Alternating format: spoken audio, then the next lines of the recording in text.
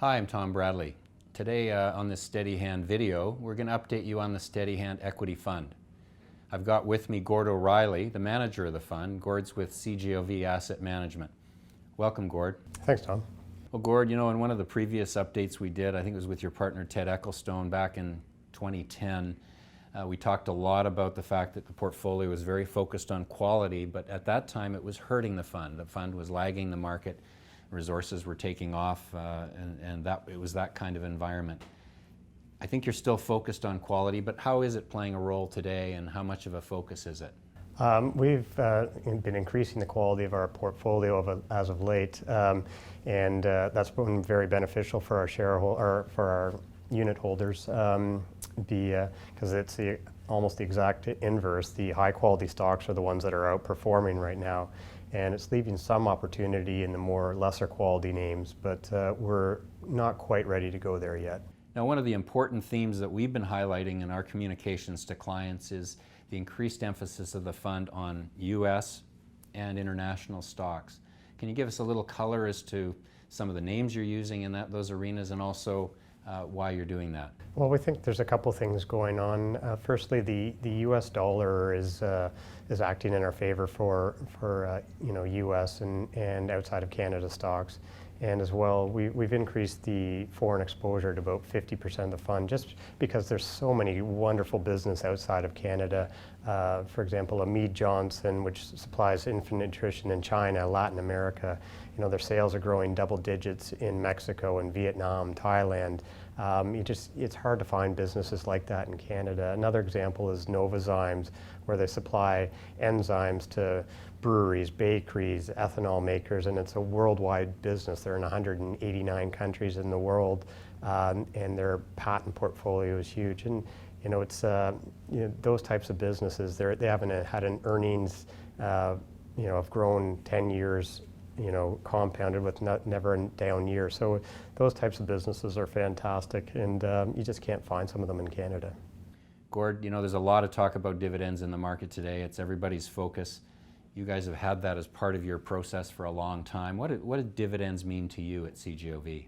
Dividends are, TASA sort of highlighting the company's ability to generate free cash flow, and free cash flow for us is very, very important because it allows you to make acquisitions, it allows you to buy back your own stock, and it allows you to pay dividends. And so we're not focused on the high dividend payers, we're focused on companies that can grow their dividends. Typically our sort of yield on cost grows up about 10% a year. So that, simply put, if we started off with a 2% yield, at the end of the year you'd have a 2.2% yield if everything else is equal, which in a 1.6% 10-year bond yield regime, we think that's quite powerful. A good example is one of our holdings, Suncor, increased their dividend 54%, I believe, on Monday, and that demonstrates what we're looking for exactly. Now, you own a few cyclical stocks in the fund. Magna International come to mind, as well as, I guess, the gold miner Franco-Nevada. A lot of distress in the mining sector particularly, but some of the other cyclical areas.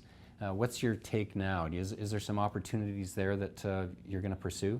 They seem incredibly cheap to us, but the one thing that gives us a little bit of pause is that the global economy is starting to slow down, and we're seeing that. So we think Franco-Nevada is incredibly cheap, and we think Magna's had a very good run from where we purchased it. But we are starting to see some opportunities in some other cyclical sectors, but we haven't quite gone there yet. Now, Gord, the fund was up 15% last year. It's averaged almost 10% over the last 3 years, and so you've had some real winners in there. Can you take us through one that stood out amongst the many ones you had? One of the things that I think highlights what CGOV is trying to do all the time is a company called Asia Pacific Brewery. It was one that we owned for about 5 or 6 years and annualized about 30% a year. But the nice thing about that one was its valuation never got out of whack. It was the earnings were growing, the invested capital per share was growing, the dividends were growing, everything was growing, and so the valuation just kept growing along with it. And fortunately or unfortunately, Heineken took it out on us last summer, but that was a fantastic investment for our clients. And Gord, what about the negative side? What dragged down the performance over the last year or two? We've had lots of negative things, but one of them was, I guess, a contrarian call on our front was called Birchcliff Energy. We thought that natural gas was due for a rebound. We were wrong, but as of late, natural gas has more than doubled since about this period last time. So Birchcliff Energy is up about 10% so far this year. So it's the contrarian play is starting to work, but it's been a troublesome one for us. Gord, corporate profits have been great, but the markets have maybe even been a little better than that. So things aren't quite as cheap, at least my perception of it is, as they were a year or 2 years ago. What's your take on it, and how are you approaching the market today?